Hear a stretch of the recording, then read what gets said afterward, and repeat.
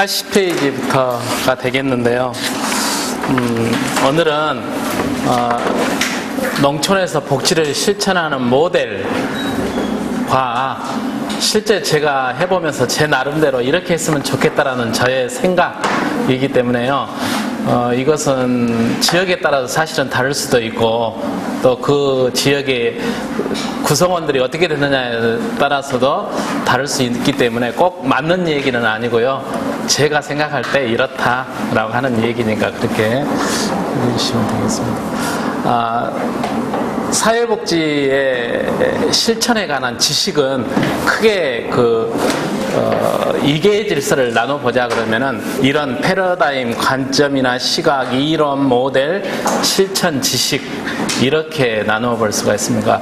패러다임이라는 것은 어떤 일이나 현상을 보는 아주 근본적인 틀을 패러다임이라고 그러는데, 그러니까 패러다임이 바뀌게 되면은 우리가 사물을 보는 시각이라든가 현상을 이해하는 게 전과는 다르게 180도로 달라지는 게 패러다임이라고 얘기합니다.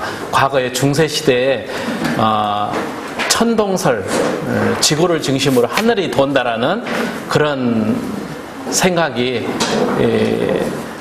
지구가 태양계를 돈다라는 이렇게 생각이 바뀌게 되면은 사물을 보는 눈이 완전히 틀려지게 되는 거죠. 그런 것처럼 패러다임이라는 것은 어떤 근본적인 이 사상, 일의 어떤 일의 현상이나 상태를 보는 관점이 패러다임이고요. 그 밑에가 패러다임에 의해서 보는 관점, 시각. 그 다음 이게 단계가 이론이라고 할 수 있는데요. 이론 밑에 그 이론에 근거한 모델. 그 다음 모델에 근거한 지식이기 때문에 이쪽으로 갈수록 범위는 굉장히 이렇게 되는 거죠. 범위는 굉장히 광범위하지만은 구체적이지는 않은 거고요.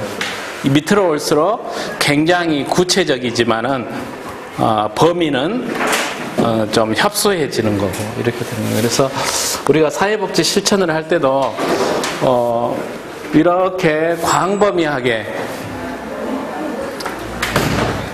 지식을 쌓는 방법이 하나가 있고요. 그 다음에 또 하나는 어떤 부분을 집중적으로 아주 좀 좁은 부분을 깊이까지 파고 들어가서 공부를 하는 거예요. 그래서 되게 대학 학부에서 사회복지에 관한 광범위한 지식, 실천에 관한 이론을 배우고 나서 그 다음에 석사학위 과정에 이렇게 들어가면은 이 중에서도 굉장히 구체적인 부분을 자기가 집중적으로 연구하고 또 이론을 탐구하고 이렇게 함으로써 이쪽에 이렇게 전문가가 이렇게 되는 거라고 얘기를 할 수가 있겠는데요. 그래서 되게 이제 패러다임, 농촌복지 실천하는 데 있어서의 패러다임이 되겠는데요. 이렇게 불교에서 이렇게 세상을 보는 눈은 이런 그물에가 수정구슬이 이렇게 깨어있는 이런 게 우리가 사는 세상이다라고 생각을 합니다. 그래서 만약에 이게 수정구슬이 이렇게 그물에가 끼어 있는데 이게 하나가 바뀌게 되면은 수정구슬이기 때문에 이게 바로 여기에 비치는 거고요. 이 비친 게 또 여기에도 비치고 이렇게 해서 여기까지 영향을 미친다. 그러니까 세상의 모든 것은 서로 연결이 되어 있기 때문에 어느 하나가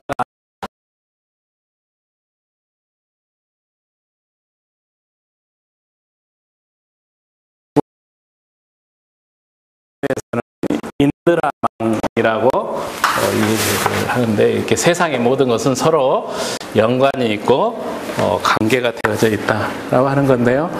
제가 여기에 그 3A라는 것을 적어놨는데 알루미늄, 알루미늄 하면 우리가 집 대문이나 창문 샤시 만든 게 알루미늄이죠. 가볍고 녹이 안 쓰는 그런 금속이죠. 그다음 아시드 레인 하면은 산성비죠. 산성비. 자동차 배기가스 같은 게 또는 공장의 매연이 비에 섞여 내리는 게 산성비. 산성도가 높아져서 내리는 비. 그다음에 알츠하이머. 이거 다 A로 시작하는 알츠하이머 치매죠. 그런데 원래 알루미늄이란 것은 녹이 안 쓰는 금속인데 이게 산성비에는 녹습니다. 이게 알루미늄이 산성비에는 녹는다 이거죠. 그래서 내가 오늘 점심 먹고 곰탕을 맛있게 먹었는데 콜라 한 캔을 먹고 콜라 캔이 알루미늄 캔이잖아요. 그걸 옆에다 버렸다. 오늘 내일 비가 많이 온다는데 비가 오면은 알루미늄 캔이 녹아서 그게 토양에도 축적되기도 하고 강물을 따라 흘러서 바다에도 흘러 들어가고 그러면은 그 또 성분을 폐류나 어폐류가 또는 식물에 이게 축적이 돼서 그걸 다시 우리가 섭취를 하게 되면은 인체 내에 알루미늄 성분이 특히 뇌 속에 알루미늄 성분이 과다하게 되면은 유전자 염색체에 악영향을 시켜서 뭔가 교란을 일으킨다 이거죠.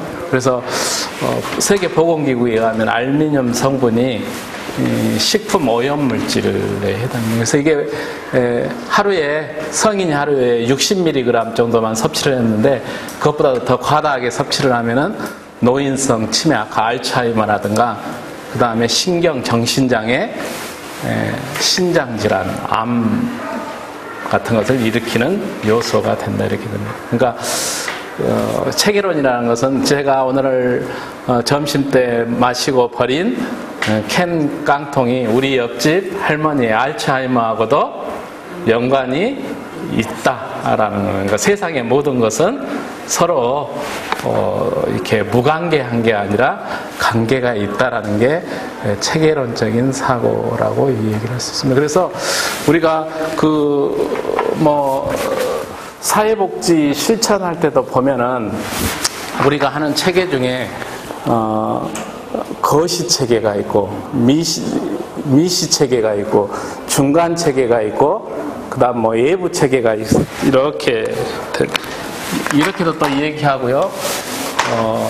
그다음에 사회복지 실천을 할 때 클라이언트 체계, 변화 매개 체계, 그다음에 표적 체계, 행동 체계 이런 거를 사회복지 실천을 할 때도 우리가 이 얘기를 합니다. 예를 들면은 가출한 청소년이 학교를 안 가고 집을 나와서 가출한 청소년이 있다 그러면은요.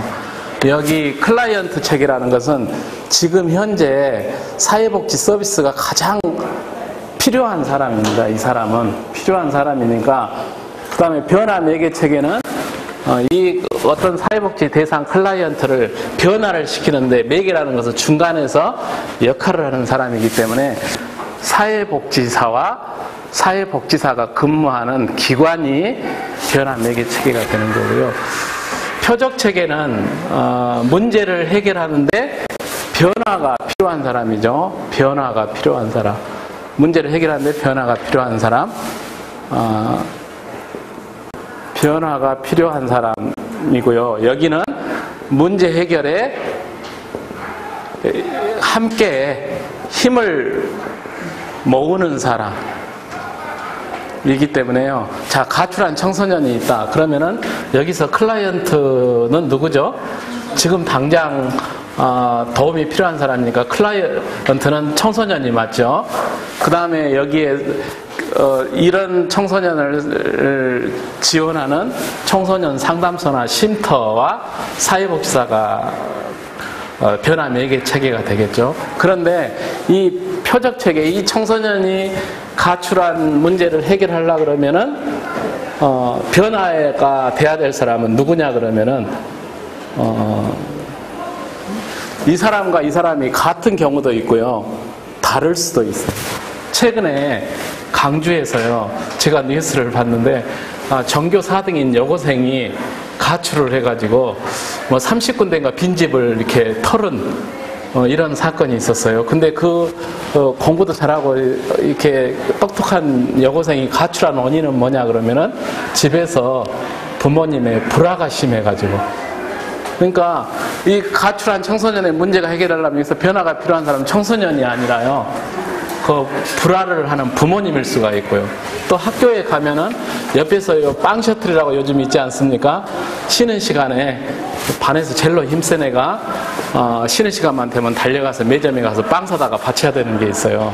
돈 주면서 사오라는 것도 아니고 자기가 돈 조달해가지고 이렇게 해야 되는 그런 애 때문에 내가 학교 가기가 힘들어서 안 갈 수도 있는데 그러면은 반에서 그렇게 폭력을 얘를 괴롭히는 아이가 변해야 되는 거고요.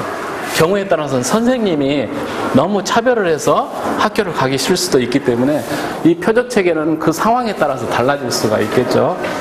그 다음 행동 체계는 문제를 해결하는데 함께 힘을 모으는 사람이기 때문에 뭐 선생님, 이웃집, 뭐 경찰서, 뭐 여러 주위에 있는 사람들이 이렇게 하는 거기 때문에 우리가 사회복지 실천을 하는데 이 청소년 한 명만 아무리 상담을 해도 문제가 해결되는 것은 안 된다 이거죠. 이 청소년의 문제를 해결하려면은 적어도 이 청소년의 주위에 여기에 이 체계에 속해 있는 사람 모든 사람이 같이 협력을 해야지 이 청소년의 문제를 해결할 수 있다라는 게 말하자면 체계론이라고 이 얘기를 할 수 있겠습니다. 자연계, 그래서 자연이라는 것은 순환을 하는 거예요. 자연이라는 것은 이렇게 계속 이렇게 돌고 도는 건데 우리나라 면적보다도 6배나 넓은 쓰레기가 저기 태평양 한가운데 있습니다. 거기는 그러니까 이렇게 지도가 우리나라 지도가 있고 일본 있고 그러면 해류가 이렇게 도는데 가다가 해류가 잘 안 들어오고 정체되어 있는 곳에 여기에 모든 쓰레기가 여기에 모여 있는데 지금 일본 쓰나미 때 쓸려간 지금 쓰레기 지진의 여파로 부서지고 그런 게 지금 이 해류를 타고 점점 가갖고 나중에는 미국 로스앤젤레스 있는 쪽에 해안을 돌아서 나중에 결국에 종착점은 어디가 될 거냐 그러면은 여기가 되는데 근데 이게 이성 사진 같은 거로 잡히지도 않게 그동안 전부 다 잘게 분쇄가 돼가지고 뭐 이렇게 나타나지도 않는데 쓰레기가 그렇게 그래서 어디로 가는 건 아니죠. 쓰레기 같은 게 다 자연은 순환하는 거기 때문에 그래서 자연이라는 것은 자기가 스스로 이렇게 균형을 잡는 체계이기 때문에 사람이 자연을 댈 수 있으면은 이렇게 함부로 손대지 않는 게 최고의 좋은 방법이다. 어제 MBC 뉴스에 보니까 새만금 방조제를 막았는데 뭐 밑에가 지금 자연의 힘에 의해서 밑에가 지금 깎여 나가고 있다고 그렇게 그러던데 사람이 아무리 하더라도 자연의 힘을 이길 수는 없는 거죠. 그래서 인간이 어떤 행위를 하는 것은 대가를 꼭 치르게 되고 공짜라는 것은 공짜 점심은 없다. 이게 경제학의 원리라고 그러는데 공짜는 없다 이거죠. 그래서 하여간 농촌복지 실천에 있어서 패러다임은 이런 체계론적인 사고와 농업이라는 것은 자연과의 관계에 있고 또한 농업의 중요성 이런 게 농촌복지 실천의 패러다임이라고 할 수가 있겠습니다. 우리가 이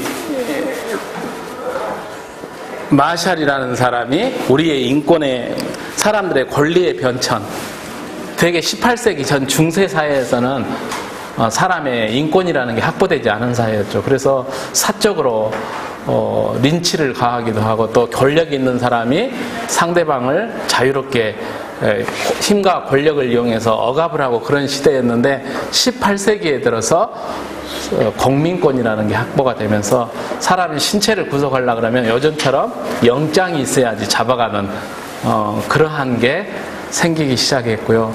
그걸로 바탕으로 해서 19세기에 들어서 정치권, 우리가 투표를 할 수 있는 권리, 또 자기가 선거에 나갈 수 있는 권리라는 게 확보가 되면서 20세기에 들어서 사회권이라고 하는데, 사회권은 복지권이죠. 복지를 할 수 있는 것은 결국 우리가 오늘날처럼 복지제도를 누리고 이렇게 되는 것은 우리가 투표를 할 권리를 가졌기 때문에 이런 게 왔다라고 하는데, 그러면은 21세기에 가면은, 이제는 21세기에서는 중요하게 생각되는 게 환경에 관한 권리, 전쟁이나 테러로부터의 안전한 권리, 이런 게 21세기의 중요한 권리인데, 이런 환경권하고 가장 밀접한 관계가 있는 게 농촌이라고 이 얘기를 할 수가 있겠고요. 그래서 농촌복지의 실천의 패러다임은 어쨌든 과거에 개발을 주 목적으로 삼던 그런 관점에서 지역사회를 유지하고 지속가능한 개발을 하기 위한 개발의 관점으로 바뀌어야 될 필요성이 있다. 그래서 과거의 개발, 농촌복지의 관점이라는 게 과거는 무조건 개발을 하는 거예요. 도시처럼 발전을 시키기 위해서. 그래서 외생적 개발이라는 것은 밖에서 자본을 끌여다가 개발을 하는 거예요. 그 다음에 경제를 향상시켜서 어쨌든 소득을 향상시키고 농업을 하기 위한 하드웨어를 확충, 농로를 포장한다든지 이런 게 주된 목적이고, 자연의 환경보다는 뭔가를 개발을 하는 거에 초점을 맞췄다 그러면은, 이제 농촌의 복지의 관점은 저거하고는 반대되는 거예요. 내발적이라는 것은 외부 자원보다는 내부에서 스스로 그 발전의 동력을 찾아내는 것. 그래서 경제에 관한 개발보다는 지속 가능한 개발이라는 것은 자기가 누리고 있는 그 삶이 후대에까지 쭉 이어져서 살 수 있게끔 그거를 고려하면서 개발을 하는 것이라고 할 수 있겠는데, 그래서 생활 기반과 공공 서비스의 확충, 농촌 경제 활동의 다각화, 그다음에 전통 문화 유산의 보존, 이런 게, 그다음 주민의 주체적 역량 강화, 이런 게 중요하고, 이러한 과거의 개발 방식에서 미래를 향한 개발 방식으로 바뀌어야 될 필요성이 있다라고 이 얘기를 할 수 있습니다. 그래서 지금 오늘날 농업을 보는 관점, 여기가 저쪽이 회색으로 된 게 우리 사회 주류가 농업을 보는 시각이고요. 이거 초록색으로 된 것은 저 소수지만은 좀 비주류들이 생각하는 농업에 대한 관점이라고 할 수 있습니다. 우리나라 정부의 주 정책은 뭐냐면은요, 6헥타르 이상을 농업 경영을 한 사람을 7만 호 양성. 그러니까 6헥타르면은요, 3,000평에서 368, 18,000평 정도 농사를 짓는 사람을 7만 호 이상 양성을 하자라는 게, 그래서 농업을 규모화하고 글로벌화하자. 그래서 농지에 대한 규제를 완화를 하자라는 게 이제, 그 다음 두 번째가 첨단 농업, IT나 BT 하면 바이오 테크놀로지, GT 하면 그린 테크놀로지, 이런 건데, 이런 것을 융합이라는 것은 잘 이렇게 다른 기술을 잘 섞어서 새로운 기술을 창출하는, 그걸 컨버전스라고 하는데, 그런 방법으로 해서 기업형 수출농을 육성하자. 이거에 대한 롤 모델이 어제 잠깐 얘기했지만 미국의 카길이라든가 플로라 홀란드라는 네덜란드의 농업회사 같은 것을 우리가 그런 방향으로 가야 된다. 그래서 특히 매일경제신문은 경제신문이 여러 개, 한국경제신문도 있고 이런데요. 경제신문 중에서는 제일 발행 부수가 많은 신문이 그러니까 경제신문계의 조선일보라고 보면은 되는 신문이 매경신문입니다. 그래서 이번에 종편도 허가를 받았죠. 그래서 12월 1일부터 매일 경제신문이 방송국도 해요, 이제. 그래서 뭐 거기서 드라마도 하고요, 오락도 하고, 뉴스도 하고 하는 방송국을 여기가 운영을 하는데, 여기에서, 작년에, 농업 경쟁력을 향상을 하기 위한 5가지 어떤 방안을 제시를 했는데, 우리나라 농업의 문제점으로 얘기하는 게 이 5가지예요. 쌀에 편중된 생산 구조, 그 다음에 정치적으로 운영이 되는 보조금, 세 번째 현실을 외면한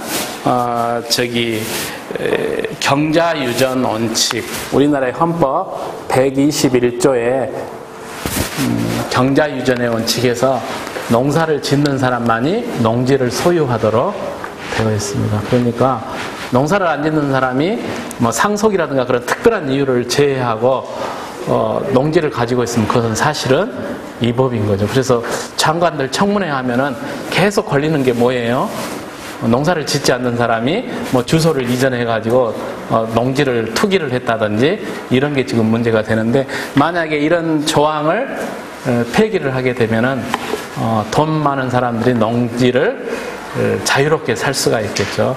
근데 매일 경인신문 같은 데서 그 주류 측에서 이 얘기하는 이유는 뭐냐 그러면은, 농지를 자유롭게 팔 수 있어야 되는데 못 팔게 하니까 나이 드신 어르신들이 죽으나 사나 농사를 지어야 되니까 이거를 빨리 농지를 자유롭게 팔게끔 해서 판 돈으로 노후를 여유롭게 사시게 농지를 자유롭게 팔게끔 해야 된다라는 게 그 사람들의 주장이에요. 그리고 농지를 자유롭게 사게 해야지 농업이 규모화가 된다, 이런 얘기인데, 사실 이 경자유전의 원칙이 무너지게 되면은 농촌의 그 붕괴는 더 가속화가 되기 때문에 많은 사람이 반대를 하는 규정 중에 하나입니다. 이거 하나하고 우리나라 헌법 119조에 보면은 119조 1항이 시장 경제에 관한 거고요. 그 다음에 두 번째가 이 시장 경제를 공익을 위해서 국가가 조정 통제하게 할 수 있게 되어 있습니다. 그러니까 경제 민주화 조항이라고 그러는데, 1조는 시장에 자유롭게 시장에서 경제 행위를 할 수 있게끔 하게 되어 있는데, 2조는 그거를 갖다가 너무 과한 문제점이 발생했을 때는 국가가 통제할 수 있도록 이렇게 되어 있는 거죠. 그래서 이 119조의 2항도 굉장히 재벌 같은 사람들은 조금 눈에 가신 조항입니다. 그래서 헌법을 개정을 하면은 119조 2항을 없애자라는 주장을 한 사람이 많습니다. 예를 들면은요, 롯데마트에서 통큰 치킨 팔았잖아요. 그런 거를 하면은 주위에 통닭집들이 전부 다 문 닫을 형편이 되잖아요.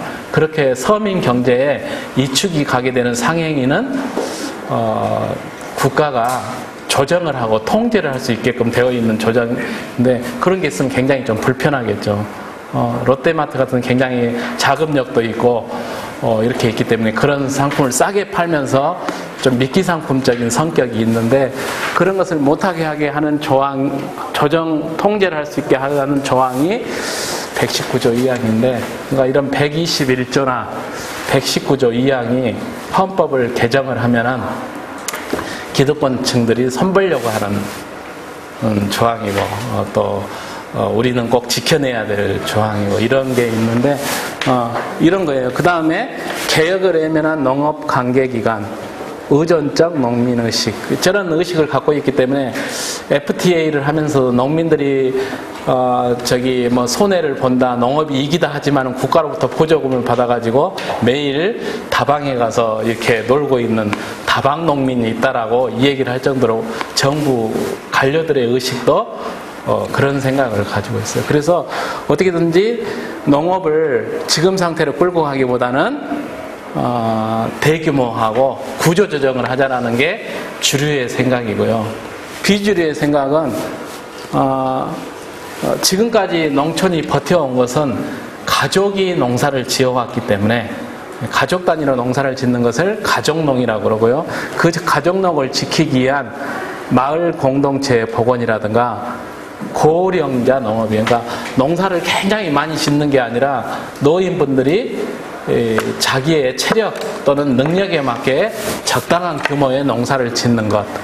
그 다음에 공동체 지원 농업이라는 것은 도시에 사는 사람이 농촌에 와서 일정 기간 체험을 하면서 품을 파는 거예요. 그러면은, 그리고 거기에서 생산된 농산물을 자기가 사주고, 이렇게 되면은요, 시골의 입장에서는 농산품이 판로가 확보되니까 일단 좋은 점이 있고, 그 다음에 한참 바쁠 때 도시 사람들이 와서 같이 힘을 합해주니까 농사를 지을 수가 있는 거고, 도시 사람들은 가서 농촌도 체험할 수도 있고,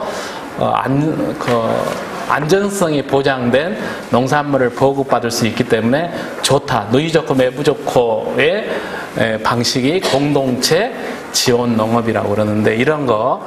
그 다음 식량 자급률의 향상을 통해서, 옛날에는 식량 안보라고 그랬어요.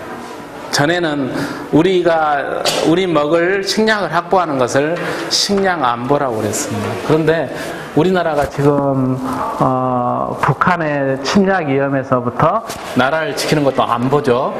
근데 안보라는 것은 미군이 우리나라에 와서 있으므로, 또는 미국의 핵무기가 있으므로 해서 우리가 전쟁의 위험에서 이렇게 벗어난다라고 하는 것도 안보라는 생각이에요. 그래서 요새는 그런 것 가지고는 안 된다. 왜냐면 예를 들어서 세계가 식량이 없을 때 미국이 우리나라에 식량을 다 대줄 거냐? 그것은 아니지 않는, 미국이 비싸게 받고 또 그 식량이 보급된다는 보장도 없기 때문에 이제는 자기 나라의 먹을거리는 그 나라의 주민들이 스스로 결정을 해야 된다라는 이 얘기에서 요즘에는 식량 안보라는 말보다도 식량 주권이라는, 그러니까 자기 나라 국민이 먹을 먹을거리를 자기 나라 국민들이 스스로 해결을 하는, 그래서 이런 식량 주권이나 안보를 중요하게 생각한다.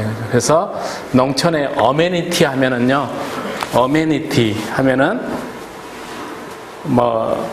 농촌다움, 농촌성, 이런 것을 어메니티라고 그러는데, 이런 것을 향상시키기 위한 이러한 정책으로 가자라고 하는 겁니다. 그래서 저쪽은 굉장히 대규모화 또는 규모화를 하자는 얘기고, 여기는 소규모로 또 좁은 지역에서 스스로 농업을 계속 이어갈 수 있도록 하자라는 관점인데, 대개 경제 관료들은 대개 이런 생각이에요. 그래서 전에는 심지어는 어떤 안을 제시한 사람도 있었냐 그러면은요, 농촌 마을에 제가 사는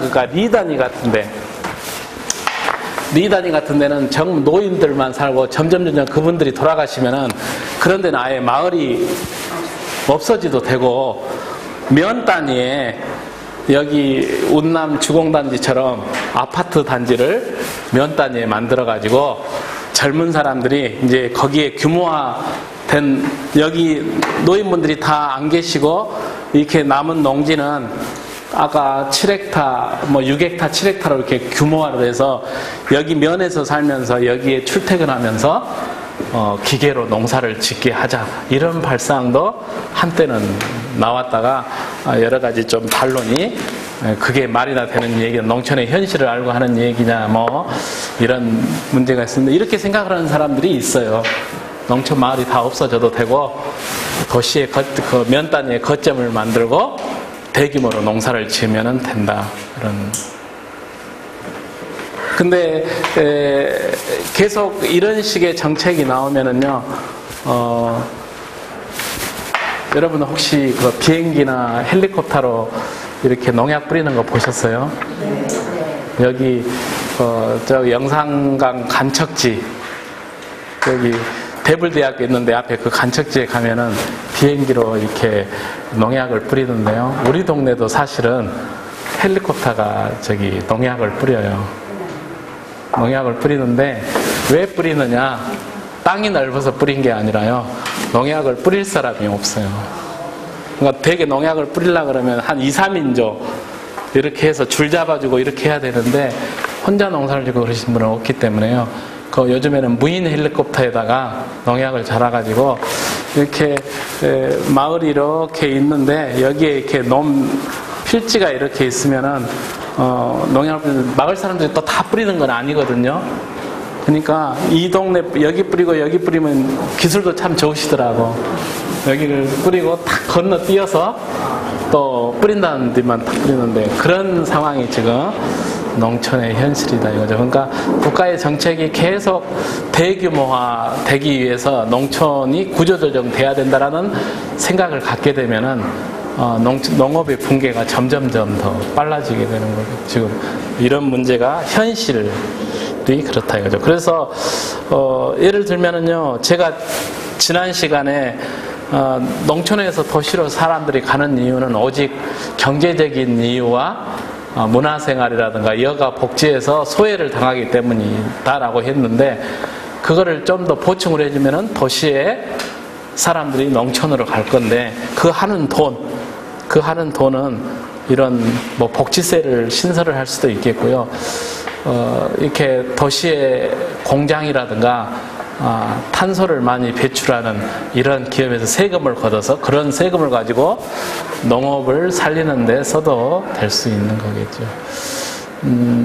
사실은 저는 전라남도에서 F1 하는 것도 사실은 좀 굉장히 반대인데요. 물론 적자도 많이 나고 있어서 반대이기도 하지만 사실은 친환경 농업을 한다는 모토를 내건 농업의 그 본산지에서 사실은 그 F1이라는 것은 굉장히 탄소를 많이 배출하고 에너지를 아주 물 쓰듯이 쓰는 이런 건데 한 입에서 한 우물에서 단물하고 쓴물이 같이 나오지는 않는 거거든요. 그러니까 둘 중에 하나를, 그러니까 정말 친환경 농업을 하는 농도가 되려면 그런 이벤트라든가 사업은 하지 않아야 된다라고 이렇게 생각을 하는데 어떤 좀 그런 문제예요. 그래서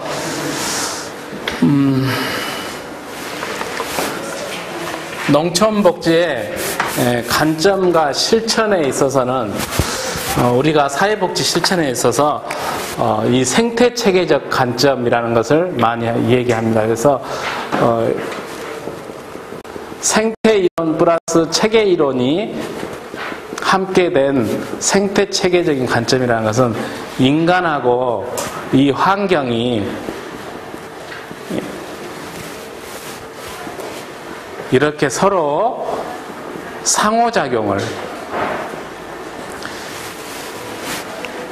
인간이 환경에 때로는 적응을 하기도 하고요. 적응을 하기도 하고 인간이 환경을 변화시키기도, 때에 따라서는 우리가 환경에 적응을 하기도 하고 환경을 변화시키기도 한다. 이렇게 보는 게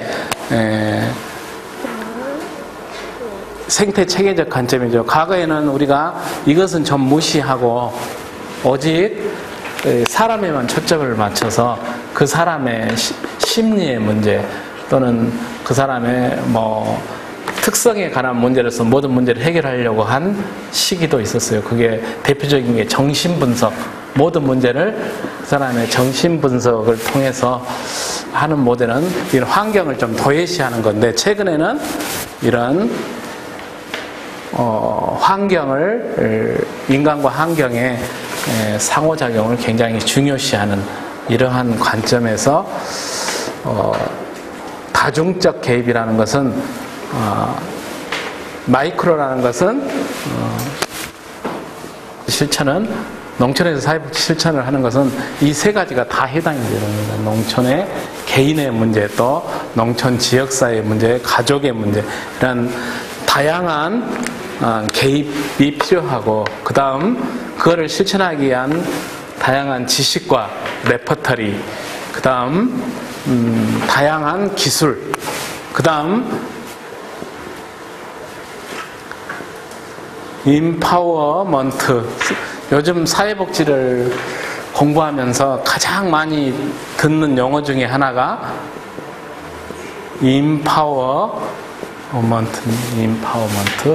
임파워먼트는 사회복지 교과서에는 뭐 권한부여라고 하는데, 그 사회복지 대상자가 문제를 해결하는데 누가 해결해 주는 게 아니라 자기 스스로 해결할 수 있는 권한을 그 사람이 갖게끔 하기 위해서 그 사람의 역량을 강화하고 그 사람에게 힘을 실어준다.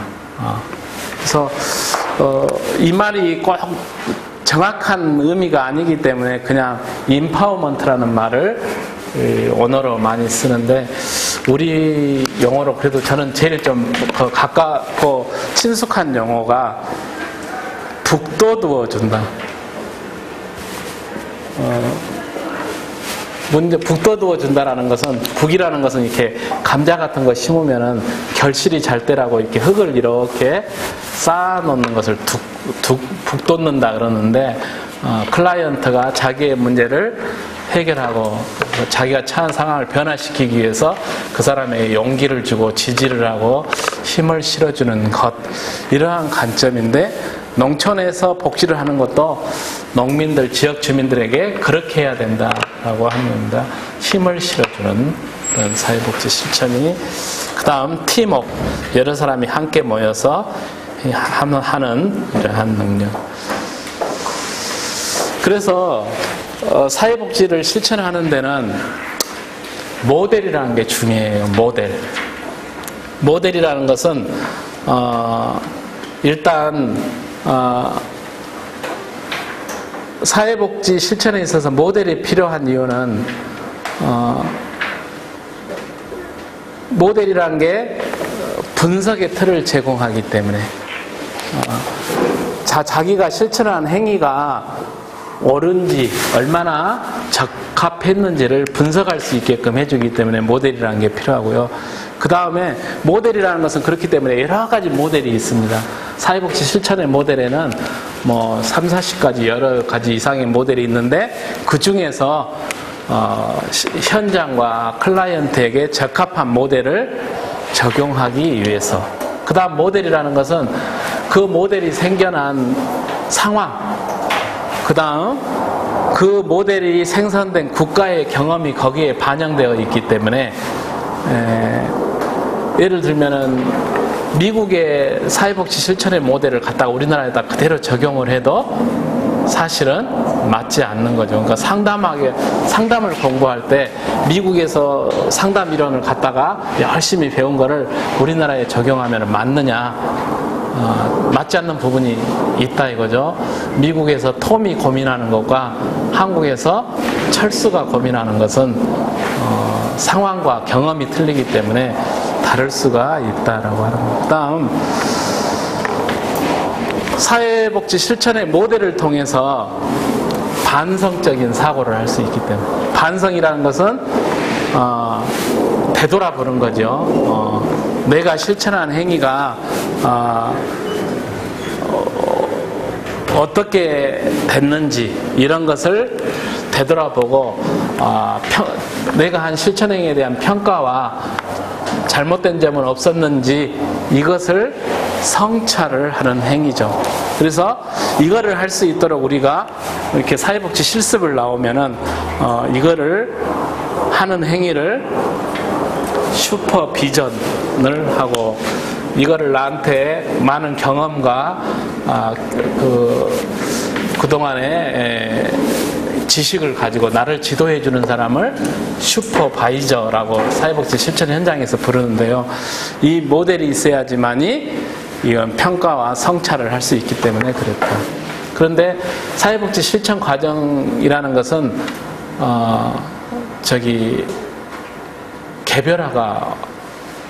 표준화가 어려운 거죠. 개별화가 필요한데,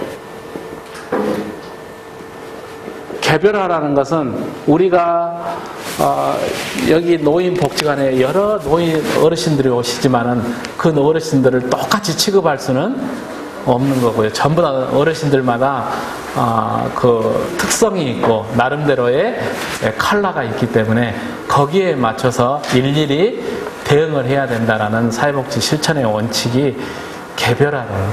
그래서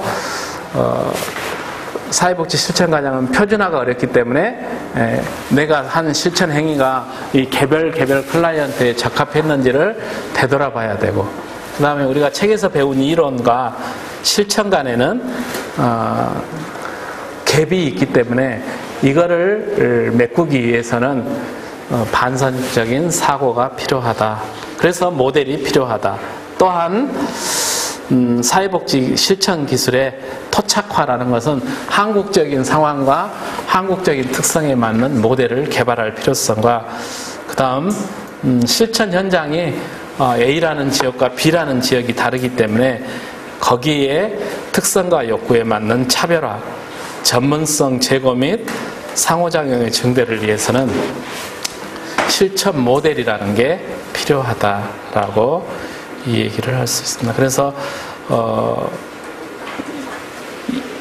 아까 앞에 지식의 구성 단계에서 이 얘기했지만은 이 패러다임, 관점, 이론, 모델, 여기까지가, 그래서 모델이라는 것은 구체적으로 사회복지 실천을 하기 위한 실천 현장에서의 적용할 수 있는 것이라고 이 얘기를 할 수가 있겠습니다. 그래서 이제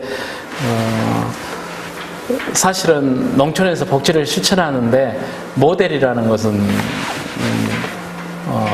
특별히 농촌 복지를 하는데 모델이라는 것은 책에는 없었고요. 지금부터 얘기하려고 하는 것은 제가 생각할 때 농촌에서 복지를 실천하면은 이런 모델이 있겠다 하는 것은 이제 교재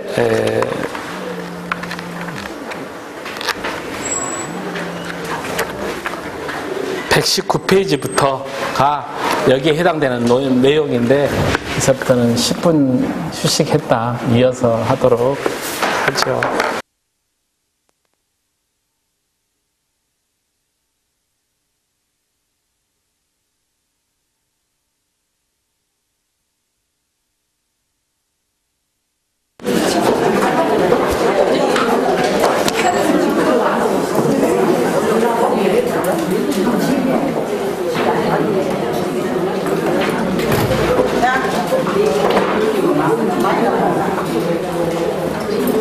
자, 지역사회 복지, 지역사회, 여기 보면은 지역사회 어르신, 이런 말 많이 쓰는데, 지역사회라는 것은 영어로는 커뮤니티고요.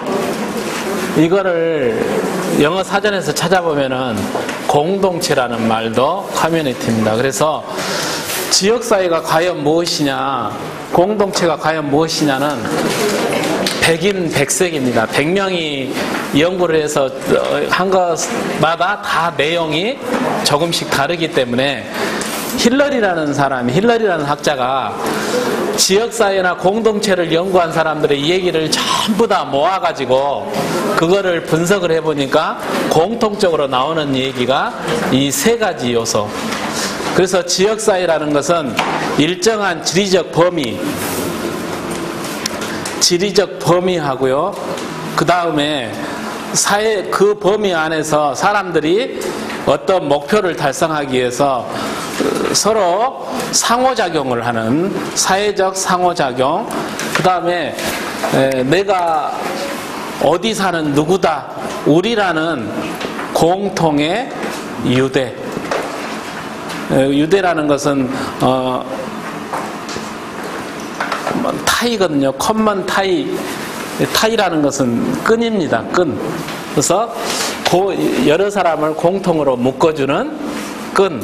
넥타이 한번 목에다 매는 끈이죠. 이런 것처럼 우리라는 공동의 의식을 갖도록, 연대 의식을 갖도록 하는 끈, 이 세 가지가 지역사회의 3요소 이렇게 됐는데요. 시대와 상황이 바뀌다 보니까 요즘에는 지리적 범위, 이게 시간과 공간이 굉장히 이거를 벗어나는 게 생기게 됐습니다. 그래서 제가 사는 해남은 굉장히 땅이 넓거든요. 그래서 제가 남쪽 끝에 사는데 북쪽 끝에 가려고 그러면 1시간도 넘어 걸려요. 그런데 천안에서 서울 가는데 50분밖에 안 걸립니다. KTX 타면은. 그래서 천안 사람들은 요즘에 쇼핑도 서울로 가고 병원도 서울로 가서요. 충청남도 천안시가 아니라 요즘은 서울특별시 천안구 뭐 이런 소리가 나올 정도로 서울 생활권이 돼버렸어요. 시간과 공간의 개념이 과거와 다르게 나타난다는 거죠. 그 다음에 이 상호작용이나 공통의 유대가 과거에는 이 지리적 범위에서만 일어났는데요. 요즘은 그렇지 않은 상황이 벌어진다. 그래서 인터넷상의 동호회라든가 카페라든가 이런 것은 같은 지역에 살지 않지만은 거기에 사람들이 만나서 거기서 상호작용이 일어나고요. 그 다음에 거기에 또 나름대로 우리라는 공통의 연대도 형성이 되고 이렇게 되기 때문에 요즘에는 이거 1, 2, 3번이 다 있는 것은 전통적 지역사회라고 그러고 1번이 빠지고 사이버상에서 벌어지는 이런 것은 기능적 지역사회라고 해가지고 따로 이 얘기를 하기는 하지만은 지금 우리가 농촌에서 얘기하는 것은 이런 2번, 3번만 있는 것을 얘기하는 것은 아니고 전통적으로 1, 2, 3번이 다 가지고 있는 다 구성 요소로 되어 있는 이런 요소를 가지고 이 얘기를 하는데 첫 번째 지리적인 요소 거대 도시, 커다란 도시가 출현하면서 교통과 통신의 발달로 일상생활의 범위가 굉장히 확대됐습니다. 옛날에는 과거 농경사회에서 가장 큰 멀리 가면은 사람을 만날 수 있는 범위가 면 단위의 5일장이고 그래서 면이라는 생존 조직이 굉장히 중요한 거고요. 뭐 면장도 알아야지 한다고 면장이 굉장히 높은 벼슬이었는데 지금은 교통과 통신이 발달하면서 금방 설명한 대로 새로운 개념의 지역사회가 생성이 됐고 그러다 보니까 농업도 이러한 상황에서 자급자족적인 영농에서 상업적 영농으로 바뀌면서 땅에서 농사를 짓지만은 농사를 짓는 형태가 바뀌었습니다. 그래서 기계화나 기계화 많이 하죠. 기계로 농사를 많이 짓고 그 다음에 농사 짓는 분들의 고령화, 여성들이 트랙터도 몰고요. 기계를 써서 그 다음 제도 금융권, 농협 같은 데서 이렇게 융자를 받아서 농사를 지시는 분들 많죠. 농업이 굉장히 다각화됐고요. 새로운 농자재나 농업 기술이 활용이 되는데 지난 시간에 설명한 농업의 특성상 수익과 지출이 불균형하기 때문에 부채가 증가하고 최근에 임대차 농업 같은 게 굉장히 많습니다. 그러니까 밭 같은 거를 빌려가지고 거기에다가 배추를 심는데 2년, 3년 밭을 빌려가지고 쓰는 사람은요 땅에 그렇게 신경을 많이 안 쓰죠. 그러니까 멀칭이라 그래가지고 풀이 안 나게 이렇게 비닐을 깔잖아요. 심지어는 수확하고 나서 그 비닐을 일일이 사람이 걷어내야 되는데 2, 3년만 땅을 빌려 쓰는 사람은요 비닐이 있는 채로 땅을 갈아엎어요. 뭐 자기는 한 2년 후면은 갈 거니까 그러면은 비닐이 땅속에 들어가서 썩지도 않죠. 그런 문제도 현재 발생은 농촌 사회가 그렇게 바뀌었다는 겁니다. 두 번째, 옛날에는 다 혈연, 지연 관계로 묶여져 있기 때문에 이웃 간의 정과 연, 혈연, 지연 이런 걸로 뭉쳐진 사회였는데 지금은 농촌이 아직도 그런 건 물론 남아있지만은 농촌에서 굉장히 이력을 발휘하는 게 기능 중심의 단체. 그래서 옛날에는 두레나 품앗이로 해서 서로 삶을 영위하기 위해서 사람들이 협조를 했다 그런다 그러면은 지금은 상업적인 농업을 하기 위해서 농촌에서 이력을 발휘하는 게 무슨 장목반, 그 지역에서 주로 생산하는 장목반이라든가 영농, 법인, 농업 경영인회 이런 게 농촌에서 굉장히 영향력이 있는 조직이고요. 그래서 사람들이 과거에 비해서 굉장히 좀 개인주의가 되고 합리적, 나한테 이득이 됐느냐 안 되느냐 이런 것을 좀 따지게 됐다 이거죠. 그 다음 계산을 많이 하고 이러다 보니까 전통적인 인간적인 관계가 약화되므로 결과적으로 사회적인 상호작용이 과거보다도 활발하지 않고 이런 게 좀 약해졌다라고 할 수 있습니다. 그 다음 세 번째, 공동의 유대의 변화. 그래서 옛날에는 친족 근린 집단이었기 때문에 그 집단의 목적이나 가치가 다 똑같았는데 가치 지향이 방향이 일정했는데 지금은 농촌에서 경제적으로 사회적으로 이질성이 증대되면서요, 우리는 하나라는 이러한 게 좀 과거보다 굉장히 약해졌다라고 할 수 있습니다. 그래서 농업의 측면에서 보면은요, 공동의 유대가 약화되면서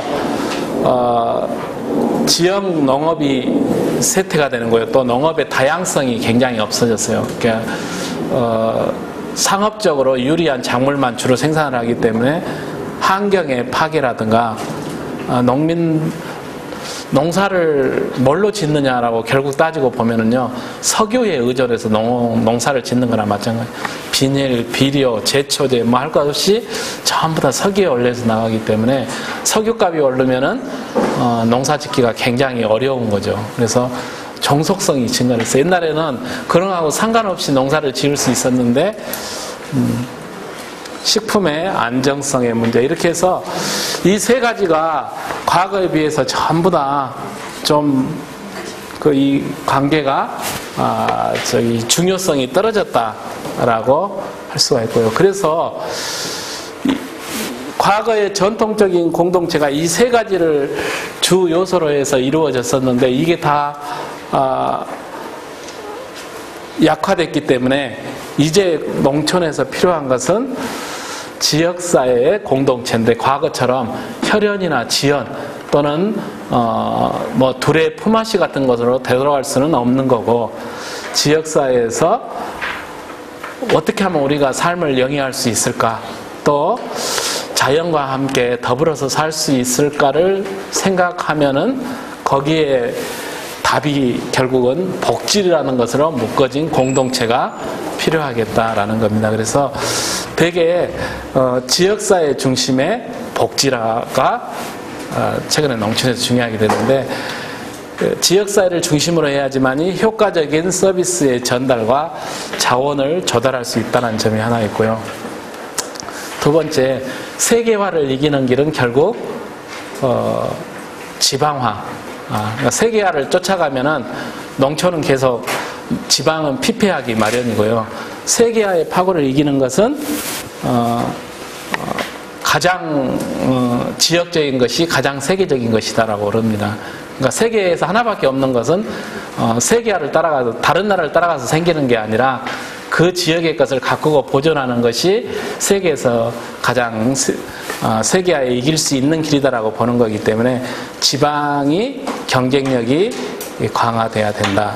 그 다음 미시라는 건 아까 개인 중심이라고 했고, 것이라는 것은 커다란 국가 사회 이런 거기 때문에 그 중간 정도에 위치해 있는 게 지역사회 중심이기 때문에 그렇다 하는 거고요. 그 다음 국가가 일률적인 어떤 지침을 만들어 갖고 제공하는 복지는 전달 체계상에 여러 가지 문제점이 있습니다. 그래서 지역사회 욕구에 맞지 않을 수도 있고요. 비용이 많이 들기도 하고 중간에 로스, 이렇게 손실이 많이 발생하기 때문에 어떻게 하면은 지역사회 다양한 집단들이 참여해서 복지 활동을 할 수 있을 건가 하는 것을 중요하게 생각하는, 그것을 위한 게 복지 공동체라고 이 얘기를 할 수가 있고요. 그래서 저는 이제 농촌복지의 실천 모델을 제가 중요한 요소가 이렇게 두 가지라고 저는 생각을 했습니다. 그래서 지리적인 범위 첫 번째가 농촌에서 대단위 하면은 군 단위 내지는 읍이 있는 지역을 대단위로 보고요. 소단위는 생활권, 내가 생활을 하면서 사람을 만나고 교류를 하는 것이 마을 단위예요. 마을인데 그게 제가 이렇게 옛날에 면 단위가 있으면 면사무소 있는 데가 초등학교가 하나가 있고요. 이렇게 5개가 보통 있습니다. 동서남북으로.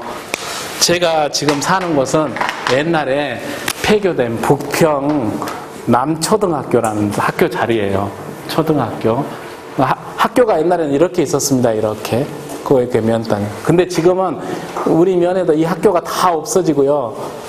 여기 초등학교 하나 남았는데 이것도 학생 수가 150명이 채 안 되는 이렇게 됐어요. 그러니까 옛날에 이게 뭐냐 그러면은 학구예요. 학구. 학교를 다니는 학생들이 살던 마을.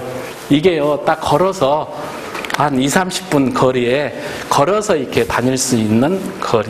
그래서 저는 옛날에 이 학구가 지금의 주위 사람들과 교류가 일어나고 과거부터 뭔가 이렇게 공동체 의식이 강한 이 학부라고 보는데, 농촌에서 복지를 하는 단위가 저는 이 단위가 제일 좀 적합하다라고 보는데요. 왜 그러느냐? 서비스가 불공평하게 분배가 되기 때문에 그래요. 제가 지난 시간에 설명했지만은 읍에서 모든 것이 다 이루어지고요. 읍보다는 면이 더 소외되어 있고 면보다는 리의 삶은 더 소외되어 있기 때문에 재화 서비스에서 멀리 떨어지면 떨어질수록 이용을 하기가 곤란합니다. 읍에서 아무리 무료로 영화를 상영하고 연극을 공연해도 리 단위 사는 사람은 거기 가기가 힘들거든요. 가는데 시간 걸리죠. 돈 들죠. 이동수단이 마땅치 않고 그러면은 무상으로 서비스를 아무리 좋은 서비스를 하더라도 서비스를 소비를 못하게 되는 경향입니다. 그래서 이거를 해결하려면은 서비스의 공급 단위를 읍에 집중되어 있는 것을 면이나 리 단위로 이렇게 분산을 시키든지 아니면은 찾아가서 서비스를 해주는 방법, 이 2가지밖에 없기 때문에 일단은 지리적 범위가 중요하다. 특히 농촌에서 노인분들이 차도 없고 이동 능력이 없는데 서비스를 받을 수 있는 것은 자기가 걸어서 다닐 수 있는 단위가 가장 중요하다는 거고요. 2번째는 주민들이 그 자기 지역의 문제를 해결하기 위해서 참여하는 정도가 얼마나 높느냐 낮느냐, 이거를 이제 요소로 해서 구분을 해보면은 그 2가지 요소, 지리적 범위가 소단위, 생활권이냐 대단위, 행정권, 군, 읍 이렇게 되는 거냐에 따라 나누고, 그 다음에 주민 조직화 정도가 주민들이 자기 지역의 문제를 해결하기 위해서 참여하는 정도가 높느냐 낮느냐를 이렇게 나눠보면은요, 이렇게 4가지의 형태가 나올 수가 있죠. 그런데 첫 번째, 지역이 적은 데에서 주민들도 별로 지역의 문제에 관심이 없으면은 거기에서 복지를 하는 사람이 자기 혼자 해야 돼요. 개별적으로 실천을 하는 거. 제가 우리 마을 처음에 갔을 때 저도 그랬습니다. 사람들도 저도 거기가 고향이 아니고 그러기 때문에 거기에 왔을 때 굉장히 좀 아는 사람도 없고 저 사람은 뭐하러 왔지 이렇게 개별로 혼자 뭔가를 해야 되는 거예요.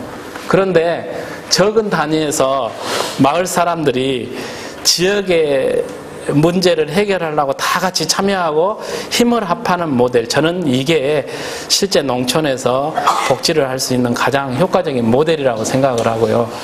이게 아니면은 대단위, 행정권력, 군 단위 이런 데에서 복지운동이라는 것은 노동운동을 하듯이 사회복지의 뜻을 가진 사람이 막 군의원을 찾아다니고 주민들을 설득하기 위해서 이런 것을 보장하라, 이런 것을 해라 하고 사람들한테 압력을 행사해가지고 뭔가 제도를 만들고 조례를 만들고 하는 것일 수가 있는데, 이게 굉장히 사실은 어려워요. 특히 시골로 갈수록 그 학연이라는 게 굉장히 중요한 거거든요.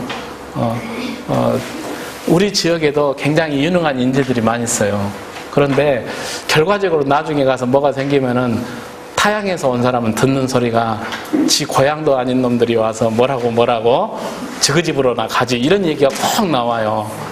저 같은 경우는 나기는 해남에서 났는데 학교는 강주서 다녔기 때문에 제가 옛날에 저 신라의 골품제도로 얘기하면은 저는 진골이에요. 진골.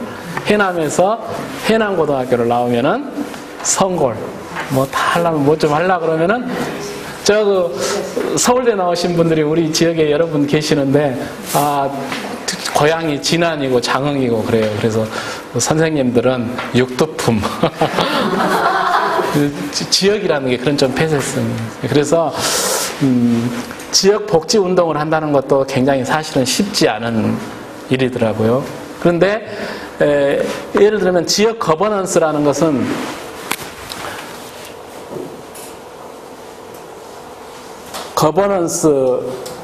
거버먼트 해서, 거버먼트라는 것은 정부라는 얘기도 있지만은 통치, 뭐 대통령이 한 말씀 하시면은 그게 장관부터 시작해서 쭉 지시로 내려가지고 면사무소에 말단 공무원까지 전달이 돼갖고 그대로 실행을 하는 것은 통치고요. 거버넌스라는 것은 협치해서요. 과거에 지역 주민들이 지식 수준이 낮고 사회를 보는 눈이 무디었을 때는 통치가 가능했지만은요, 지금은 공무원들보다도 일반 주민들이 훨씬 아는 게 많습니다. 또 전문가도 많고.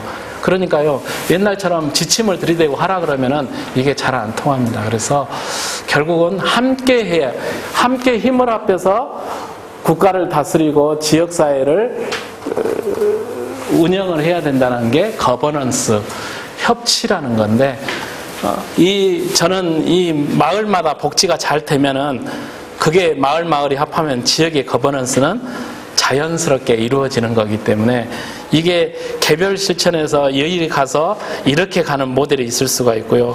개별 실천에서 막 복지 운동을 해가지고 어떤 지역이 복지가 잘 되고 또 그게 널리 확산되는 게 이런 경로가 있을 수가 있다고 생각이 되는데, 사실 이쪽으로 가기는 굉장히 어려운 것 같고요. 이런 마을의 복지 공동체가 여기저기 많이 생겨서 그게 결국은 복지 국가가 되고 복지 사회가 될 수 있지 않겠느냐, 이런 생각이 이제 저의 생각입니다. 그래서 왜 제가 마을이라는 것을 중요하게 생각하냐 그러면은, 마을이라는 것은 생활의 패턴이 같아요. 그래서 바쁠 때도 같고 한가할 때도 같고, 일단 영농권이 비슷하기 때문에 생산하는 작물도 비슷하고요. 그래서 오랫동안 같이 살아왔기 때문에 지금도 기본적으로 공동체 문화가 남아있다라고 할 수 있습니다.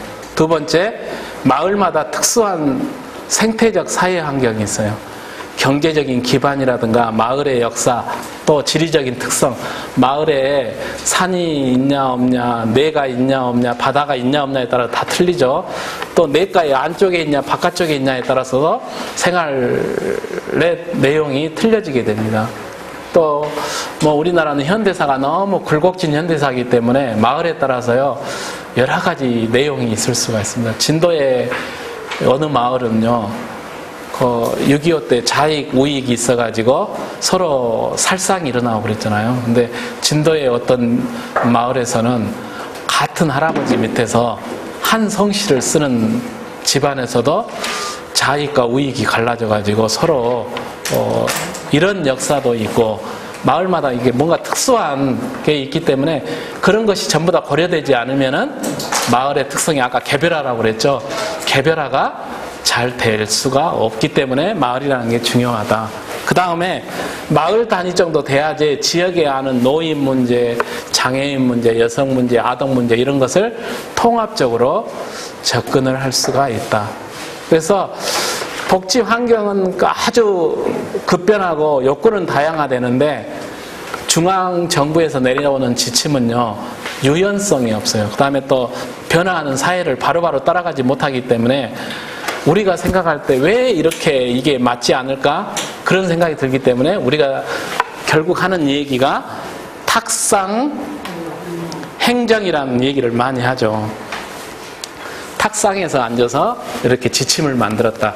그런데 보건복지부 공무원 입장에서 보면은 이럴 수밖에 없는 게, 전국 234억의 지자체에 불만이 안 나오게끔 지침을 만들려 그러면은요, 두루뭉실 또는 모두에게 문제가 없게 만들려 그러면은 특별한 사정을 감안해 줄 수가 없는 게 당연한 거겠죠. 그렇기 때문에 중앙에서 통일적으로 만들면 지침이 맞지 않다. 결국 지역에 사는 사람하고도 그 지침이 맞지 않기 때문에 이걸 맞추려 그러면은 중앙 집권적인 복지 전달 체계보다는 소규모로 해야지 욕구에 맞출 수가 있고요. 그 다음에 그냥 위에서 지침이 나오면 주민들이 거기에 따라가는 수동적이 되는데, 주민들이 스스로 자기의 문제를 해결하는 능동적인 존재로 바뀌려 그러면은 이러한 복지 전달 체계는 좀 바꿔줘야 되겠다. 그래서 지역마다 우리 지역에서 정말 중요한 문제는 무엇이며, 그게 지역 조사겠죠. 지역에서 제일 필요한, 해결이 필요한 문제, 주민들이 가장 원하는 욕구가 무엇인가, 지역력, 지역이 가지고 있는 자원이라든가 지역의 특성, 이런 것을 다 조사하고 이런 것을 보완하는 것이 필요하다라고 생각이 듭니다. 이게 제가 지금 사는 곳이 여기고요. 이게 지금 이성 사진인데, 여기 보면 파랗게 이렇게 돼 있잖아요. 이게 산맥입니다. 산. 여기 지도에 보면은 지금 이렇게 나타나는데, 이게 저 지리산 있는 데서부터 맥이 이렇게 해가지고 이렇게 내려오는 산맥이에요. 맥인데, 이게 사실은 바닷속으로 이렇게 연결이 돼가지고 제주도까지 가는 산맥입니다. 그러니까 저희 집 뒤에 보면 달마산이라고 굉장히 그 공룡 능선 비슷하니 좀 유명한 미왕사라는 굉장히 그 아름다운 절이 있는데, 그 산맥이 이렇게 제주도까지 가는 거예요. 그래서 우리 마을에서 제주도 가는 전기 송전선도 가고요. 우리 마을에 보면은 집에 담을 쌓았는데 제주도 돌이 굉장히 많아요. 우리 동네 그쪽에는 제주도에 옛날에 물건을 실어갖고 왔다 갔다 할 때 배 균형을 맞추기 위해서 일부러 제주도에서 돌을 이제 싣고 물건을 실어가지고 그런 제주도 화산석이 지금도 이게 담 도래가 많이 있는데, 제주도하고 굉장히 가까워요. 근데 과거에는, 지금은 여기에 터널도 뚫리고 길이 4차선이 나가지고 여기 해남읍이 여기고요. 여기까지 자동차로 왔다 갔다 할 수 있지만은, 과거에는 교통이 불편할 때는요, 이 산을 넘어가기가 굉장히 어려운 거예요. 그래서 사람들이, 우리 지역 사는 사람은 이쪽하고 올리기보다는 여기로 평탄한 길로 이리로 가면 여기가 어디냐 하면 강진이에요. 그래서 우리 쪽에는 강진 쪽하고 이렇게 교류가 많이 있고요. 강진 버스가 지금도 우리 면까지 이렇게 버스가 오고 이렇게 되는 거죠. 그래서 시대가 바뀌고 길이 새로 나고 했지만은 아직도 그런 게 굉장히 많이 남아있다 이거죠. 지리적인 환경이 어떤 거냐, 산이 어떻게 있느냐, 강이 어떻게 있느냐, 주민의 사고작용이 어떠느냐에 따라서 이런 차이가 발생하기 때문에 지역 이 생활권이라는 게 굉장히 중요하다라고 생각이 듭니다. 그런데 과거에는 지역의 주민들은요, 자기 지역에서 뭔 일이 일어나는가 굉장히 관심이 많은 사람이었어요. 그 다음에 뭔 일이 있으면은 동네에 애경사가 있으면 다 참여해서 그 일을 해결하는 사람이었어요. 이 2단계까지는 기본적으로 되는 게 농촌 마을이었는데, 아까 사회가 바뀌면서 이게요, 후진을 해가지고 지금은 구계자, 어떤 상황이 벌어졌을 때 그 밖에 나가 서 있는 사람이나 그냥 쳐다보는 사람들이 과거에 비해서 많이 늘어났다는 거죠. 이건 왜? 국가의 복지 체계가 그렇게 만든 측면이 있어요. 그러니까 주민들이 옛날처럼 살면서 거기다 복지 혜택을 줬으면 더 잘 됐을 텐데, 2단계까지 왔을 텐데, 지금은요, 국가의 복지 서비스라는 게 마을 단위로 주는 게 아니라 개인적으로 주는 거예요. 마을 주민 중에서 생활 형편이 어려운 사람한테 복지 서비스가 가다 보니까는요, 사람들이 생각할 때 비교를 하기 시작해요. 그러니까 지난 시간 그 불합리한 제도 설명하면서 국민기초생활보장제도 이 얘기를 했는데, 자녀가 5, 6 있는데 도시에 나가서 겨우 생계를 유지하는 정도의 어머니는 복지 혜택을 못 받아요. 그렇지만은 자녀가 막 에쿠스 같은 대형차 타고 다니는데요, 어머니가 수급자인 분도 있어요. 왜? 저기 아들이 사업을 해요. 자영업을 해서 소득 신고가 전혀 안 잡히는 거예요. 그러니까 부양자는 있는데 소득 능력이 없는 걸로 돼서 그 어머니는 기초생활수급자가 된다 이거죠. 그러면은 그 형편이 어려운 어머니가 생각할 때는, 아니 저 사람은 나보다도 형편이 좋은데 저런 혜택을 받고 나는 이것도 못 받고 소외감을 느끼죠. 서로 그런 게 생기다 보면은 지역에서 무슨 일이 생겨도 뭐 내가 안 해줘도 국가에서 해주던데, 이런 생각이 되다 보니까 점점 기본적으로 이 정도는 됐던 게 뒤로 후퇴해 있다 이거죠. 그래서 이제는 다시 주민들한테 지역의 복지를 하는 사람은 그러니까 지역사회 복지의 기본 원칙이 전제가 뭐냐 그러면은요, 농촌 지역사회도 마찬가지고요, 지역사회 복지의 주체, 누가 이것을 해야 될 사람도 주민이고, 그 복지 서비스의 혜택을 받을 사람도 주민이라는 전제에서부터 출발을 하면은요, 이게 돼야지 가능하다 이거. 지역사회 문제에 대해서 자기가 알아야 되는 거죠. 우리 지역에 무슨 문제가 있는가. 그 다음에 우리 이웃에 누가 어떠한 어려움을 겪고 있는지를 알아야 되는데, 이것은 관심을 가져야지 알 수가 있는 거죠. 관심이었으면은요, 봐도 안 보이고 들어도 안 들리는 거기 때문에 관심을 갖는 게 굉장히. 두 번째는 관심을 갖게 되면은, 그래 내가 이 문제를 해결하기 위해서 얼마 정도의 능력이 있지만은 그 조그만 능력이라도 함께 해봐야 되겠다 해서 참여해서 활동을 하는 단계. 문제 해결을 위한 활동입니다.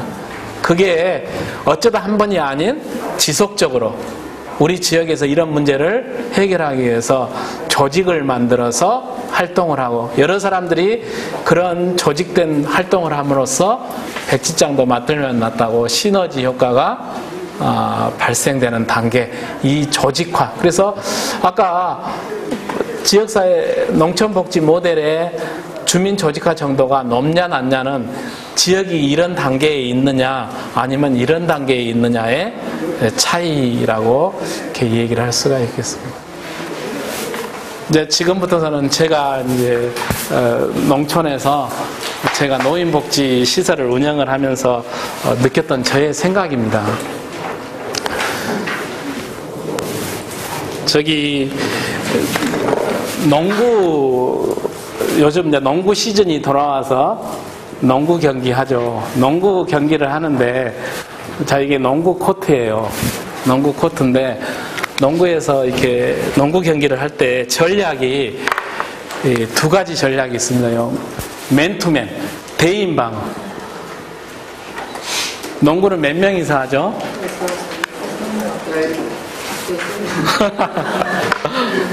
농구는 5명씩 하죠.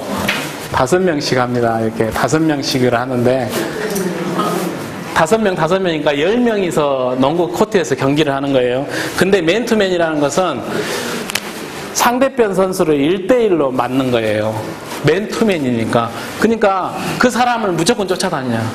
그러니까 상대방 선수가 막 이리 가면 이거를 계속 5명이서 움직이면서 쫓아다니는데, 이 코트를 이렇게 쫓아다닌다는 것은 굉장히 힘든 일이에요. 그래서 농구 경기가 20분, 40분 하는데 40분 동안을 다 이렇게 뛸 수는 없어요. 너무 힘들어서.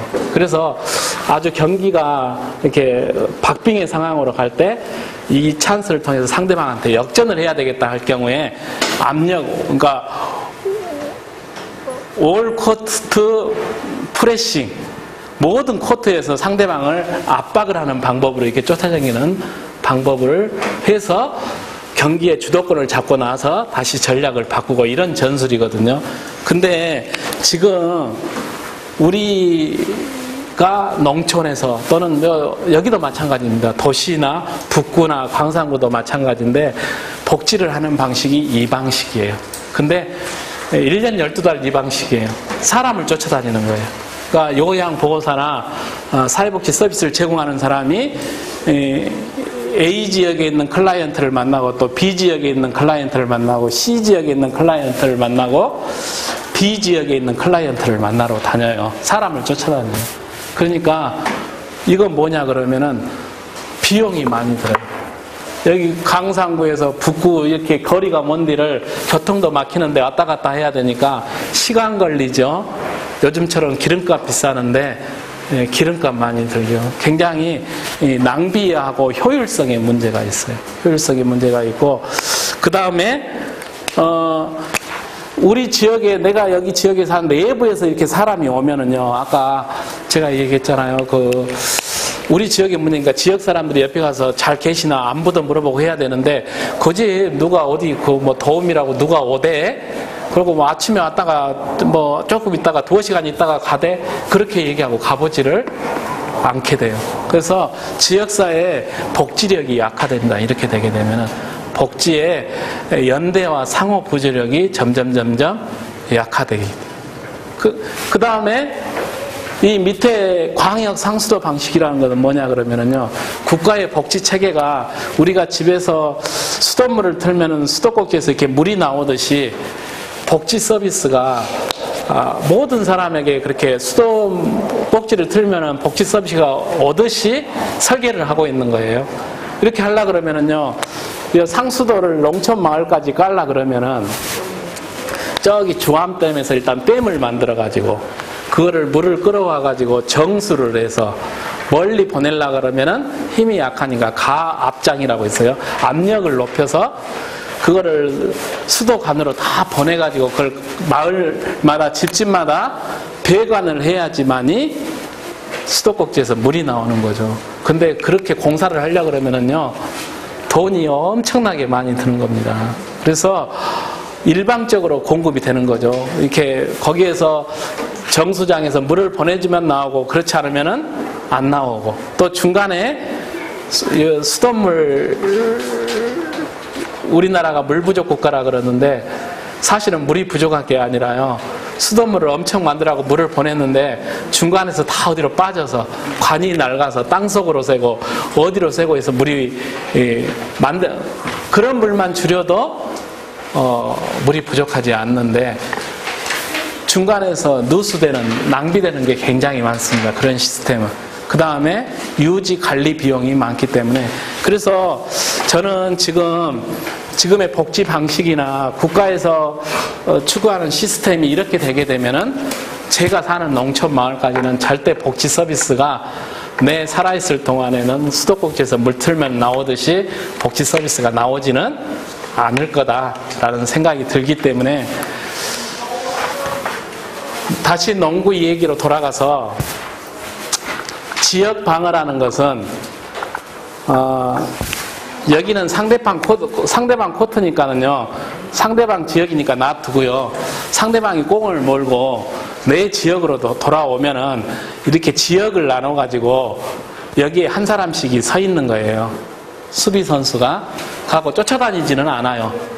이 지역을 딱 자기가 맡은 책임 지역 안에서만 왔다 갔다 하는 거예요. 그래서 여기에 공이 들어오면은 열심히 쫓아다니지만 또 이리 가면은 이렇게 해서 지역 단위로 하는데, 이것은 아까 사람을 쫓아다니는 게 아니라 내 지역에 있는 문제, 내 지역에 들어온 꽁을 중심으로 해서 문제를 해결하는 방법이기 때문에, 농촌에서 복지를 하려고 그러면은 일단 이렇게 지역 단위로 하는 게 저는 좋겠다. 그래서 아까 그 지역이 옛날에 학교가 있었던 단위 정도가 자기가 이렇게 커버할 수 있는 좋은 지역이겠다 생각이 들고요.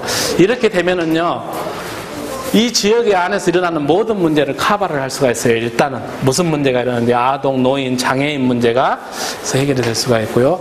그 다음에 여기에 있는 사람들은 대개 욕구나 문제가 비슷해요. 그렇기 때문에 여기에 맞춰서 서비스하는 것은 그 사람들의 필요에 어느 정도 잘 맞는다 이거죠.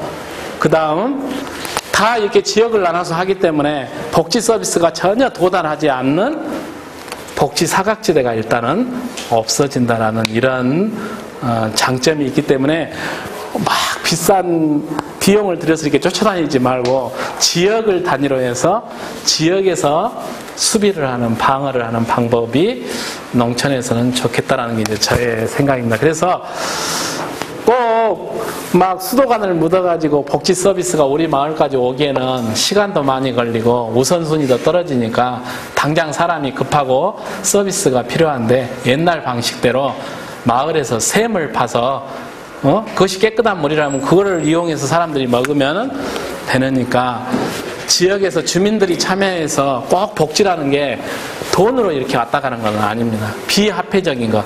가서 말만 잘 들어줘도, 가서 따뜻한 그 문안 인사만 잘해도 이게 도움이 되는 거기 때문에 이러한 것. 그래서 이 방식으로 하면은 아주 최소한의 비용으로 효율성이 높아질 수 있기 때문에 농촌에서 복지를 하려면은 마을 단위, 지역 단위로 했으면 좋겠다라는 게 저의 생각이고요. 그래서 이런 겁니다. 두 개의 방식으로 나누면 이렇게 나눌 수가 있는데 옛날부터 내려온 주민들 간에 돈이 왔다 갔다 하지 않았던 영역을 활성화시켜서 그거를 활용을 하면은 최소한의 비용으로 복지 서비스를 좀 더 확대하고 확충할 수가 있다. 그런 겁니다. 근데 일방적으로 국가의 지침에 의해서 복지 서비스가 제공되기에는 여러 가지 비용도 많고 유지 관리 비용도 많기 때문에 이 방식은 좀 문제가 있다는 겁니다. 그래서요, 최근에 나오는 논의 중에는 기초생활보장제도, 이거를 하려고 그러면은 기초생활보장제도를 운영을 하려면 꼭 필요한 게 뭡니까? 이거를 꼭 해야 돼요. 자산조사. 이 사람이 재산이 얼마나 있고 소득이 얼마나 있고 부양 의무자는 있나 없나를 조사를 하는 걸, 그거를 하는 사람이 사회복지 전담 공무원이 이 일을 하는 거죠. 공무원이 이 일을 해요. 그러니까 이런 비용을 합하면은요, 비용을 합하면은 이거를 운영하는데 비용이 굉장히 많이 드는 겁니다. 돈을, 수급자를 관리하고 조사하고 또 비용을 전달하는 비용. 그래서 최근에는 서구에서, 다른 나라에서는요, 기본소득제도,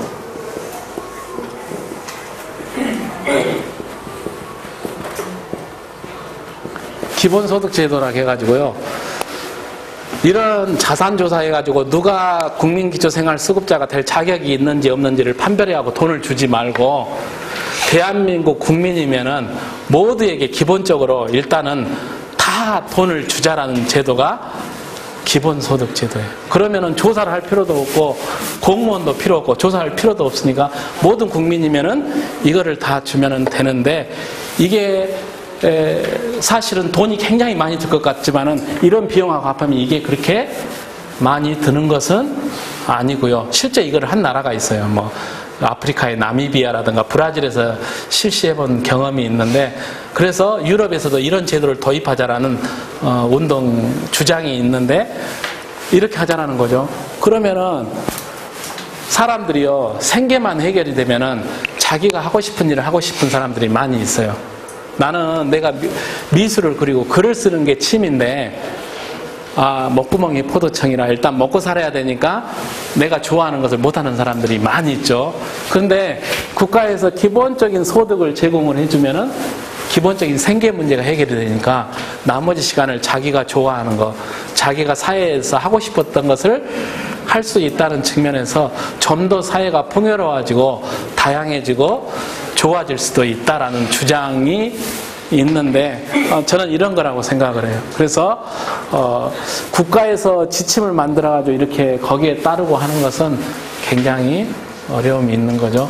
중간에 횡령도 생기고, 우리 해남에 지난번에 읍사무소 공무원이 11억인가 이렇게 횡령을 해가지고 전국적으로 유명세를 탔습니다만 그런 문제도 없어지는 거죠. 이렇게 되게 되면. 그래서 소량 생산, 소량 소비. 어르신들이 자기의 능력에 맞게 아주 적은 규모의 농업을 한다든지 소규모 지역 내에서 상호 부조, 상호 연대, 또 물질의 풍요보다는 마음의 풍요, 이게 보람이 중요해요. 내가 이것을 어떻게 하느냐는 이런 방식보다는 이 방식이 훨씬 더 여기에 가깝다라는 생각이 들고요. 그래서 자, 이 그림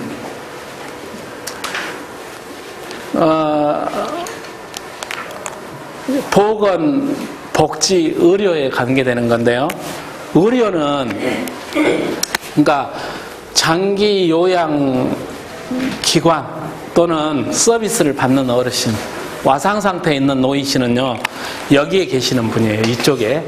그래서 한번 와상 상태에 들어가고 욕창이 생기고 했다 그러면은 다시 건강하게 회복되기는 거의 어려운 일, 10명 중에 한 분이나 가능한 얘기예요. 불가능한 얘기이기 때문에 점점 어디로 가냐 그러면은 죽음을 향해서 이쪽으로 가시는 거예요. 그래서 이분들은 어떻게 하면 고통 없이 좀 더 쾌적한 환경에서 살게끔 하실 건가, 의존성이 굉장히 높아지는 거예요. 이쪽으로 가실수록. 그런데 지금 여기 와서 오늘 아까 보니까 지루박도 추시고 여기 복지관에 오시는 분은요, 건강하신 분이에요. 건강하신 분. 그래서 이분들은 이쪽은 아니고 방향이 저쪽이죠. 여기에 와서 여가 생활을 하시고 그 다음에 자립적으로 활동을 하시고 여기에 와서 오는 것을 즐겁고 보람으로 느낌으로써 몸이 점점 더 건강해지시는 거예요. 그래서 방향이 틀려요. 방향이. 이쪽은 이쪽 방향이고 여기는 건강 쪽으로 가는 방향. 그래서 우리가 고등학교 때 물리학 시간에 없으니까. 근데 제가 오늘 여기 복지관에 올 때, 자, 이리 가면은 해남이고, 이리 가면은, 전주라고 해보죠. 그러면은 내가, 이쪽으로 광주에서 이쪽으로 50km 갔다가 다시 이쪽으로 60km를 갔다. 여기서부터 해남까지가 120km 정도 되거든요. 제가 운전을 110km를 했으니까 해남 여기까지 갔어야 되는데 결국은 제가 해남 쪽으로 간 것은 몇 킬로 간 거죠? 10km밖에 안 간 거라요. 그러니까 방향이 틀리면은 아무리 열심히 일을 해도 백태량이라는 것은 실제 노력은 많이 하고 힘은 썼는데 사회가 발전된 것은 별로 없어요. 그러니까 4대강 같은 경우도 FTA도 찬성하는 사람은 이쪽으로 가고 반대하는 사람은 자꾸 이쪽으로 가고 그러면은요, 이것은 결국 발전이 안 되고 그 자리인 겁니다. 계속 싸우고 맨날 며칠 토론을 하더라도 방향이 같아지지 않으면. 그래서 사실은 방향을 맞추는 게 굉장히 중요하다. 사회통합이라는 것은 지역사회 또는 어느 한 사회의 사람들의 의견을 한 방향으로 이렇게 맞추는 거예요. 그러니까 이쪽에 있는 사람을 설득을 하고 그 다음에 이 사람들의 이 얘기를 들어서 또 대안을 세워서 이 사람들이 방향이 이쪽으로 바뀌게 하는 게 중요한 거지. 어느 한쪽으로 가면은 그 사회는 갈등이 굉장히 많고요. 아주 피곤한 사회고 분란이 많은 사회가 되는데 우리 사회가 꼭 그런 거예요. 우리 사회가 모든 사안에 대해서 이쪽과 저쪽으로 나가가지고 끊임없이 싸우는데 그렇지 않으면 이 방향으로 110km를 갔을 건데 계속 싸우다 보니까 노력은 굉장히 많이 했는데 발전의 속도가 굉장히 더딘 거죠. 이렇게 되는 거예요. 그래서 제가 보건소 예를 여러 가지를 많이 들었는데요. 지금 보건소에서 하는 일이 이런 두 가지 일을 다 합니다. 보건소가요, 암 환자 관리 사업에서 암으로 곧 내일 모레 생명이 다하실 분들을 찾아가서 암 환자도 관리하고, 여기 보면은 보건, 지난번에 수암보건지소에서 여기 와가지고 건강 교육도 하고 체조도 가르쳐드리고 그런 것은 보건사업이에요. 그러니까 지금 보건소가 이 일도 하고 하는데 방향성이 중복이 되다 보니까는요, 하는 일은 굉장히 많은데 실제 효과가 조금 떨어져요. 보건소 가보면은 5명, 6명이 근무하는데요. 서류가 엄청나게 많아요. 그리고 뭐 실적 했다는 증빙 서류를 남기는 거. 그러면은 실제적으로는 현장에 가는 것보다는 앉아서 처리하는 일도 많고. 그래서 저는 보건소가 아예 이것만 보건소나 재가복지센터가 보건 쪽에다가 열심히 초점을 맞춰서 어르신들의 생활습관 교육, 그 다음에 식생활이 굉장히 중요하거든요. 그 다음에 질병 예방, 치아, 어르신들의 여기도 이제 복지관에도 한번 근무하시는 복지사 선생님은요, 복지관을 이용하시는 분의 치아 수하고 집에서 재가 서비스를 받는 어르신의 치아 수를 비교해 보면은요, 복지관에 오시는 분들이 치아가 훨씬 건강합니다. 치아가요, 오복 중에 하나라고 그러잖아요. 근데 원래 오복에는 안 들어있더라고요. 그만큼 치아가 중요하다는 얘기인데, 밥을 먹을 때 잘 씹으면은요, 골이 울립니다, 얘가 뇌가 운동이 돼요. 그래서 치매에 잘 안 걸린다 그러고요. 음식을 아무거나 잘 씹어 드실 수 있어야지 영양 상태가 좋아집니다. 또 이가 없으면 힘을 못 써요. 우리가 뭔 일을 할 때 이를 악물고 한다 그러잖아요.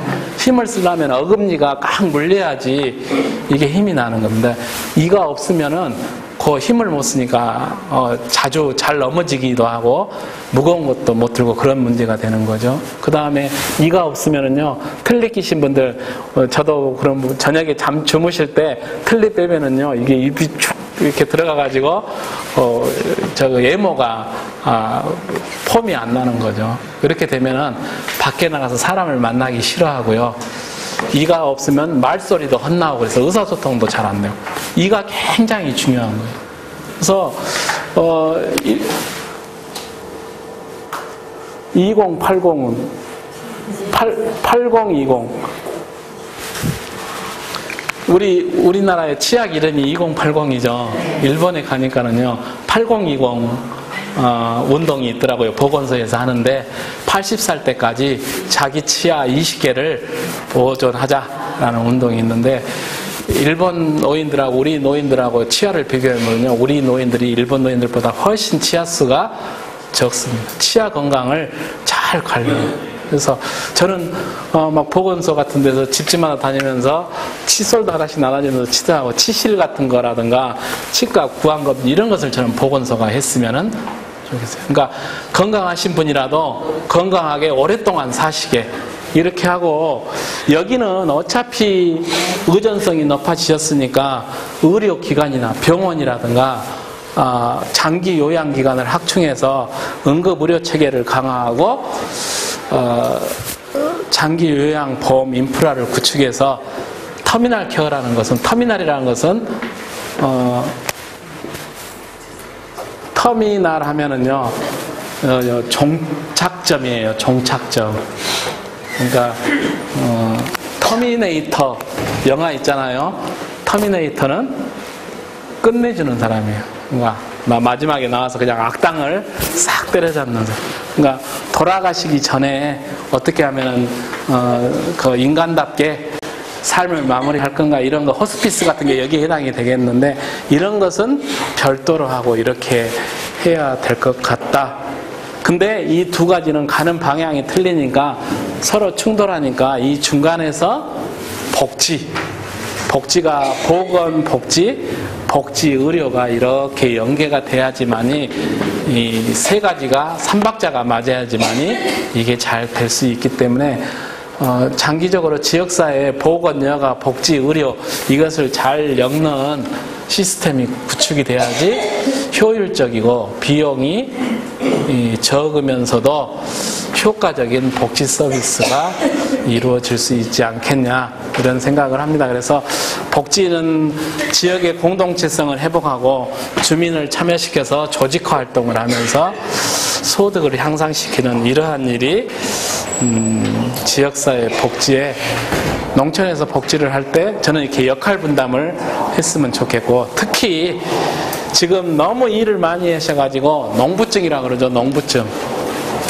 똑같은 자세로 김을 너무 오래 매서 농작업을 오래 해서 관절이 아프고요, 어깨가 결리고 어지럽고 이런 게 농부증이에요. 농사일을 너무 많이 해서 생기는 병인데, 이러한 병이 고질화되지 않도록 그런 병에 대한 대책, 또 1년 12달 일만 할 게 아니라 삶의 보람과 여가를 느낄 수 있도록 뭔가를 하는, 이러한 게 농촌의 복지에서의 굉장히 중요한 영역, 이런 영역이라고 생각을 하고요. 이 정도까지 오면은 이것은 의료라든가 전문적인 복지 요양원 같은 데에서 다루어야 될 부분이 된다고 생각하기 때문에 저 원에 있는 내용을 농촌에서 복지의 주된 타켓으로 삼아야 되지 않겠느냐, 이런 생각이고요. 10분 쉬었다가 이어서 하시죠.